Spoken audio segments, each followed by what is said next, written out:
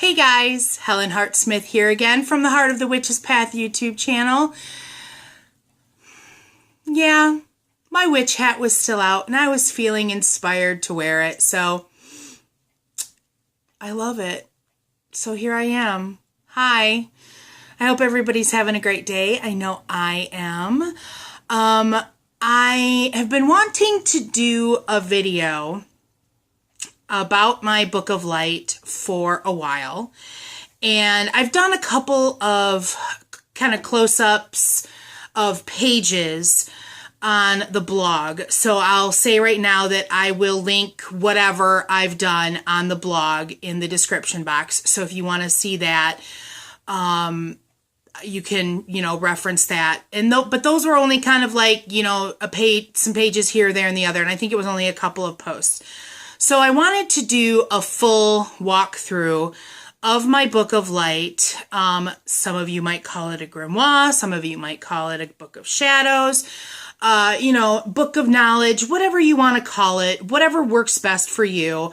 This is a place where I house the information that I would like to quick reference. So this is a work in progress. I actually technically kind of run with two versions of my Book of Light at this point. I've got this physical one, and then I have a digital copy that I put on my tablet and I have available, if I'm on my computer or what have you. And they pretty much have either they have the exact information or there's information that's in that digital one that I'm waiting to put into here. So without further ado, let's just kind of pan down and see what I've got going on, okay? So here is my Book of Light as it is right now. And I will tell you guys right now that I do not share, or I will not be sharing my spell section. I do have a section in this grimoire, this Book of Light, this Book of Shadows, that houses spell work, but I feel that spell work is something that that I want to keep private. So I've already removed those pages, but I might kind of talk about it or what have you. So this Book of Light is in a 3-ring binder. Now this binder I purchased at Michael's. This actually kind of came as a little bit of a kit. So it had the actual binder part. It had some dividers. It had some plastic sheets that were broken up into different sizes, which I've used some of these. And there were some paper too that I haven't used yet, but I still have it, so I may go back and use it. So, and it didn't look like this. This is something I did. This had just a brown paper. This is almost like a craft paper finish to it. And then it had this black. This black is almost like, the tape, the medical tape where they'll put, like if they draw blood or something like that at the hospital, that cloth tape. That's kind of what this is. And it goes on the binding. And so we've got this little bracket here that has a top. There's a top feed that if I wanted to put something there, I could do that. But then this cover, like I said, I did this myself. So this is just some scrapbook paper. And then this hat is a piece of clip art that I found online that I printed, cut out, and then decoupaged all of this over. So you'll notice that I've got this little band here. This helps keep the book closed, and this is just some of that elastic. Folks use it, girls use it for hair ties and stuff like that. I bought a package that had like 3 different kinds, and so I used elastic like this in a couple of different projects to keep books closed. So that's what I use this particular one for. And all I did was cut it to length and then put the knot in one end. And this stuff, there's a little bit of fraying, but I've had this for quite some time, so it's still in pretty good shape. So this is the cover, and then we just open this up.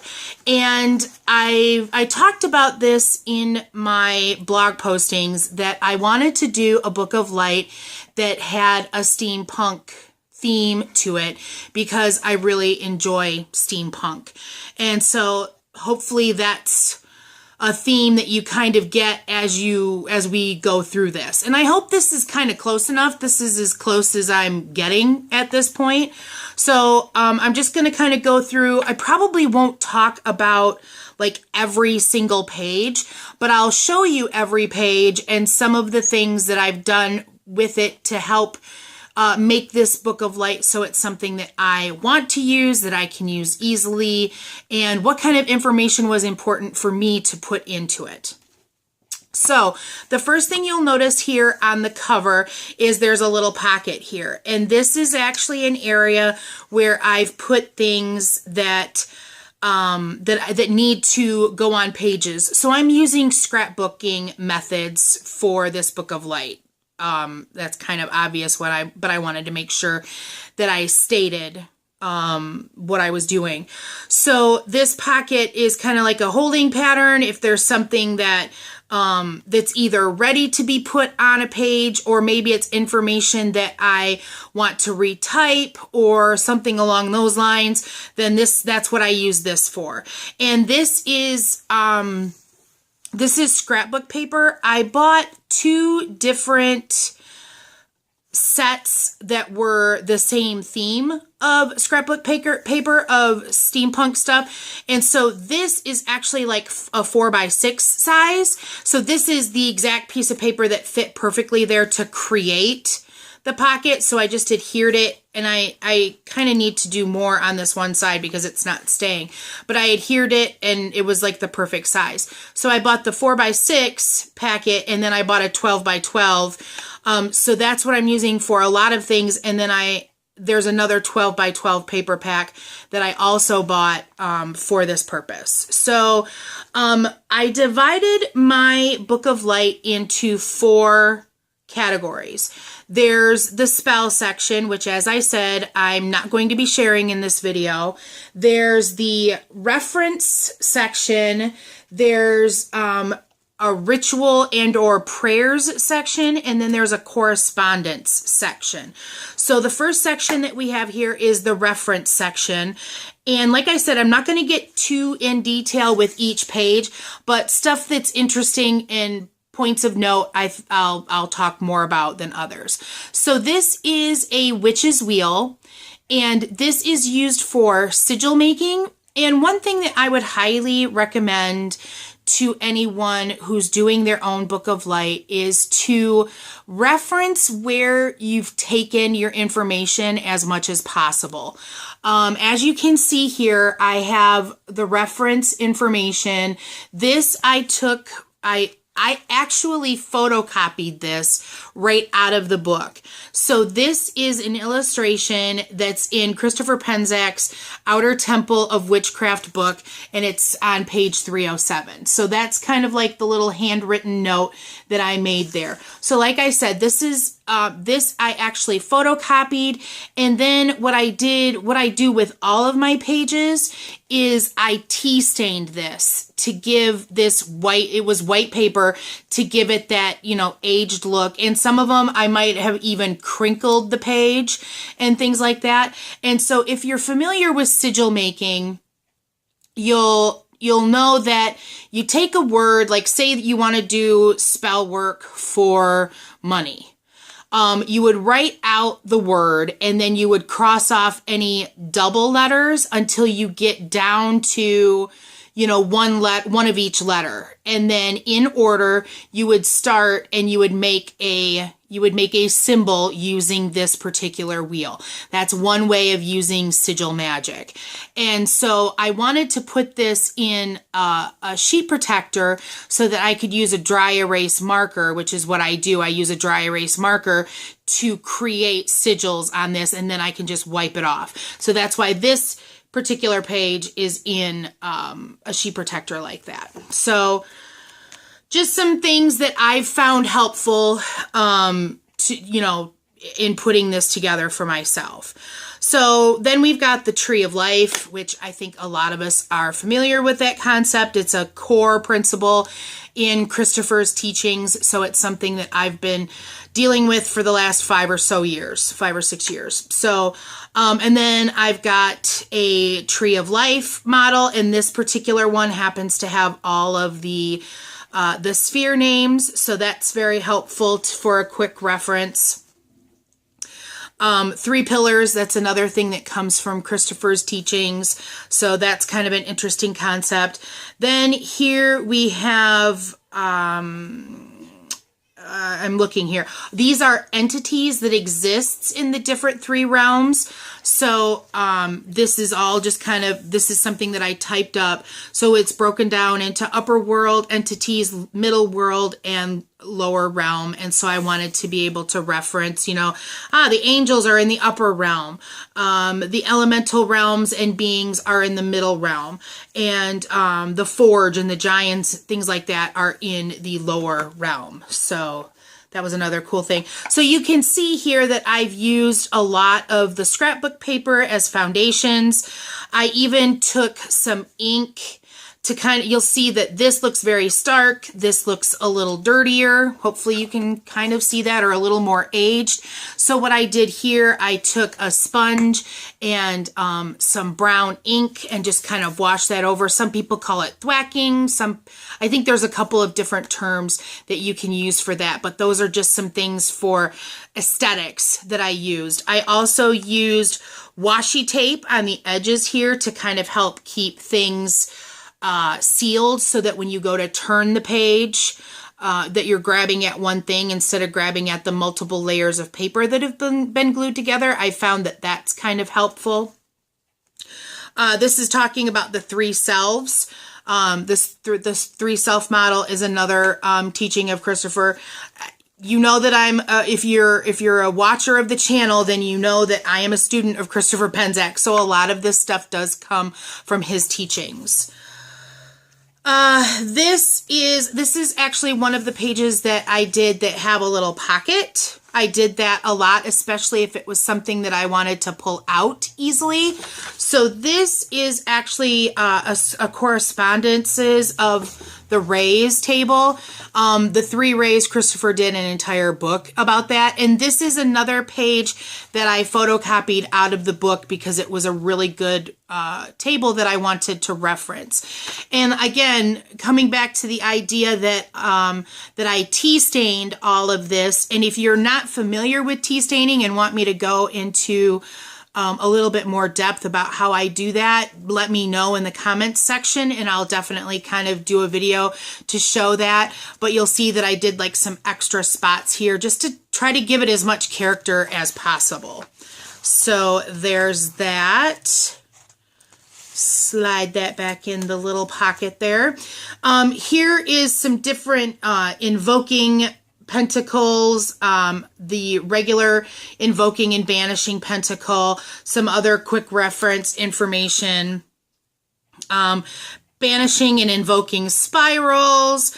Here's a small color correspondence that doesn't necessarily go with this because, like I said, I have a correspondence section, but this is actually another one of those little this is divided into 4 equal places, and so it went there. So that's why it kind of stayed there. So here's some quick reference tarot card meanings that I thought that I wanted to be able to have. And then here are some ogum, different people pronounce it in different. So there's that. I'll kind of give you a little closer. This is my chakra page. So this has the different chakras, where they're located. I've got some information that I've written off to the side here. And then this is a pocket that I actually have 2 little cards that have pictures on the one side. And then this one, I need a different picture for it, but this shows the layers of your aura and how they reference to your chakras. This card has a little pull-out, and this is some different information about the chakras, like balance attributes, the location of physical issues, nature therapy, essential oils that you can use for each chakra. So this is information that I kind of compiled myself, and I used Excel. I do this quite often. I use Excel and kind of organize it so that I can quick reference it easier. And I also selected a font that looks kind of old, and that's what I used for the font and everything in here of something that I typed that I printed. So, and then those are cute little, and these are like a cardstock, so it's a little thicker, so they're a little bit more durable. And of course, they're not really going in so easy, but there's that. The next page, we have the Witch's Pyramid, which is awesome, or to know, to will, to dare kind of thing. Here we have the 8-fold path of altered consciousness. A pretty universal concept, but something that I learned about during my studies with the temple. And you'll notice here too, in the craft section of my local, I think it might have been Michael's, I bought these metal gears. And so I don't know if you can see that, so I'll pull this out and kind of hold it a little closer. So these are some metal gears that I glued onto this particular page. And you're noticing probably some of the artwork. I've got some old looking bottle labels. I've got some pictures and things like that. These are, again, things that I found on the internet. A lot of line art, or I found on Pinterest. Pinterest has a ton of these bottle labels. And so I printed those out. Again, tea stained them, ripped them. Everything has like a rough edge. And what I did with that is I take a ruler and I will lay that along my edge and I'll rip the edges. And so that's what gives everything kind of a rough looking edge instead of a crisp edge. So the Hermetic Principles, and these are things that I typed up. So again, I'm using that same font. Let's see, these are the additional laws of magic. Again, something that I typed up from a lesson. And I've got a blank page here. Like I said, this is something that I'm still working on. These are some shamanic tools. These are different tools that are used by shaman. And again, we've got a little pocket here with a couple of cards in it. And these are actually meditation postures that I learned during the shamanic year that I spent with the temple, and tree breathing meditation. So that all kind of goes in the shamanic practice. And so that's why I kind of kept those things all together here. Again, washi tape on the edges, kind of gives it a nice final look. Again, got a blank page. Now this is this is an extra section that I'd forgotten about.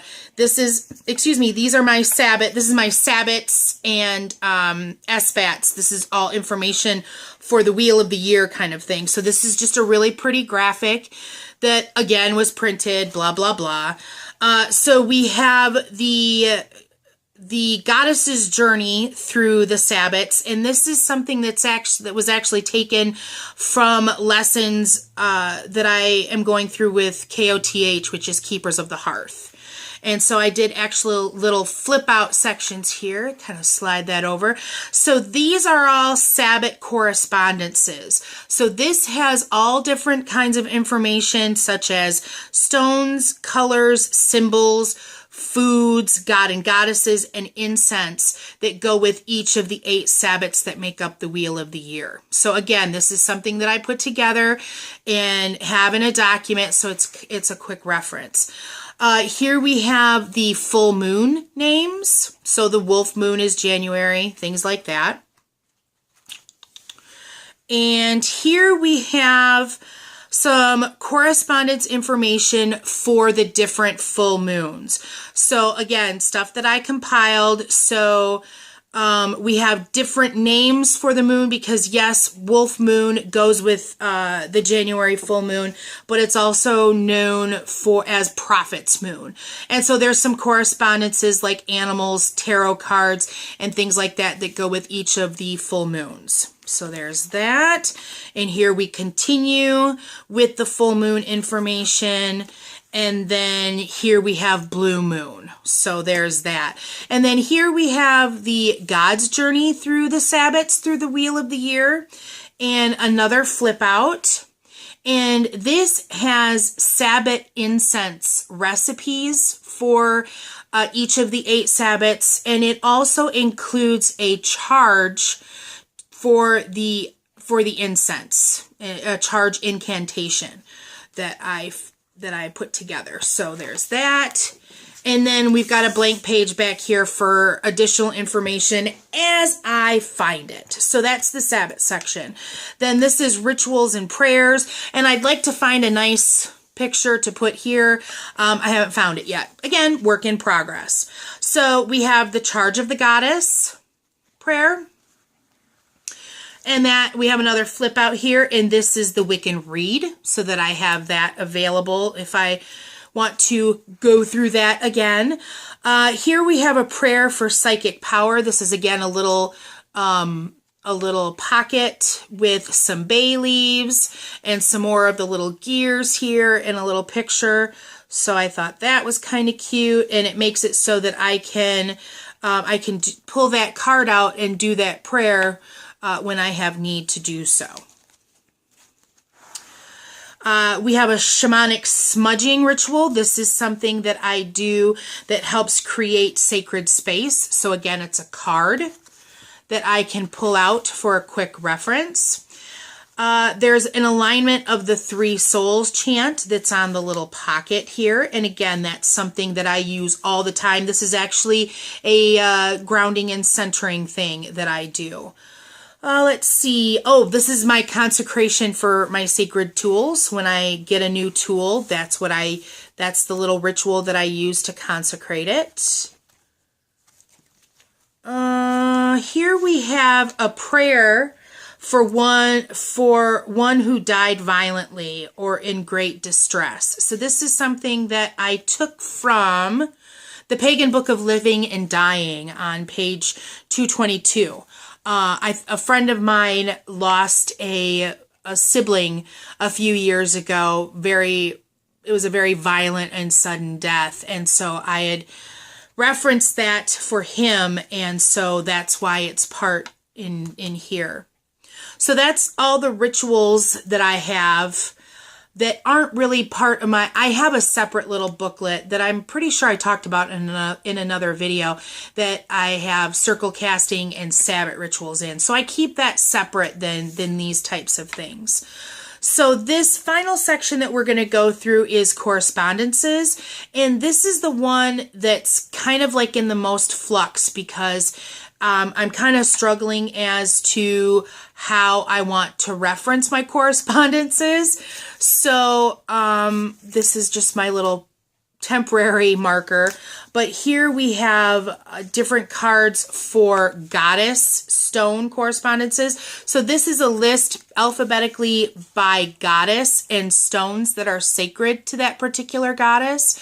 And that's a list that I came upon quite a few years ago that I've referenced quite often. And unfortunately, I don't know why, but I've not been able to find a similar God list. So I've been doing research and putting my own list of stones that are sacred to gods in a document.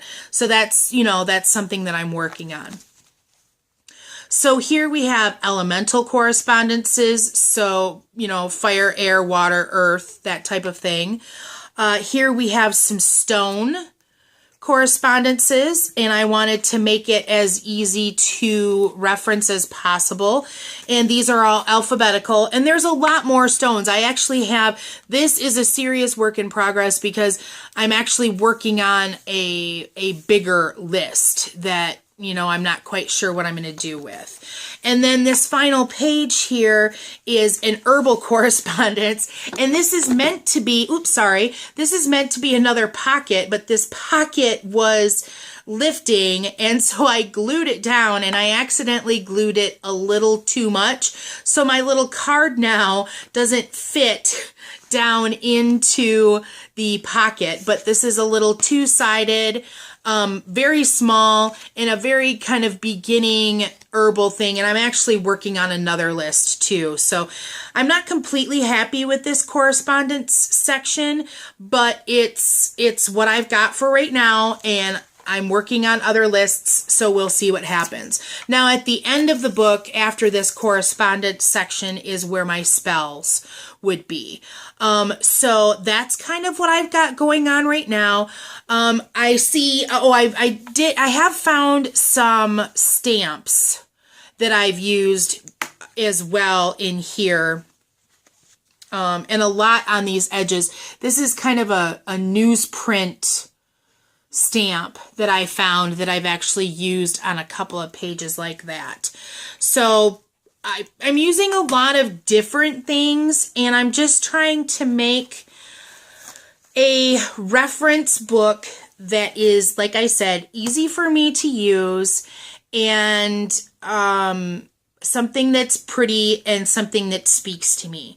So this is what's completed now. I have a lot of pages. I have a lot of information that is not on pages yet. My coven, we actually did a craft day a couple of months ago where we all worked on our Book of Light, because a lot of us are doing things like this. And so I got a lot done in here, but I've got a lot of stuff to go yet.